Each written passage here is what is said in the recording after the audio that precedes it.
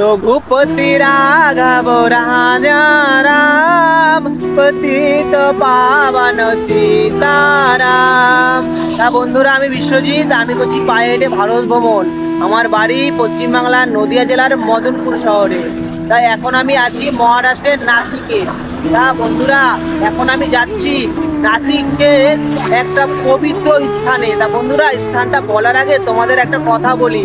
বন্ধুরা, এই ভিডিওটা যদি বিশেষ করে আমার পশ্চিমবাংলাবাসীর কাছে গিয়ে পৌঁছায়, তো অবশ্যই তোমরা কিন্তু ভিডিওটা একটু শেয়ার করে দেবা।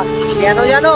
আমি চাই পশ্চিমবাংলার কোনাতে কোনাতে যত রাম ভক্ত রয়েছে তাদের কাছে পৌঁছে যাক তার প্রভুর নীলা ক্ষেত্র স্থানগুলো।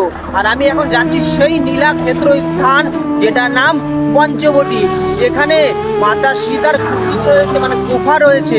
আর সেখানেই কিন্তু মাতা সীতা, প্রভু রামচন্দ্র এবং তার ভাই লক্ষ্মণ সেখানে থাকতো।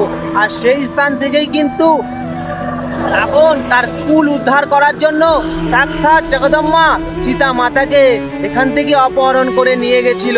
আর সেই স্থানগুলো আমি অবশ্যই আমার, বিশেষ করে আমার পশ্চিমবাংলায় যত রাম ভক্ত আছে তাদের কাছে পৌঁছে দিতে চাই।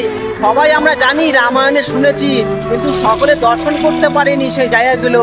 তা আমি আমার ভিডিওর মাধ্যমে তোমাদের দর্শন করাবো। তা বন্ধুরা, তোমাদের কাছে ভিডিওটা পৌঁছালে অবশ্যই কিন্তু ভিডিওটা শেয়ার করে দিও। এইটুকুনি আমার বলার ছিল বন্ধুরা। আর এখান থেকে কিন্তু পঞ্চবটি মাত্র 14 কিলোমিটার দূরে। কালকে সকালেই তোমাদের আমি দর্শন করাবো। বন্ধুরা, ভিডিওটা শেয়ার হবে তো বন্ধুরা? তা তোমাদের যদি আমার এই পদযাত্রাকে ভালোবাসো, ভালো লাগে, অবশ্যই ভিডিও শেয়ার করে আমাকে ফলো করে নিও। আরও অনেক দর্শনার্থী জিনিস আমি দেখবো এবং তোমাদের দেখাবো। হর হর মহাদেব, সীতা মাইয়া কি জয়, জয় শ্রীরাম।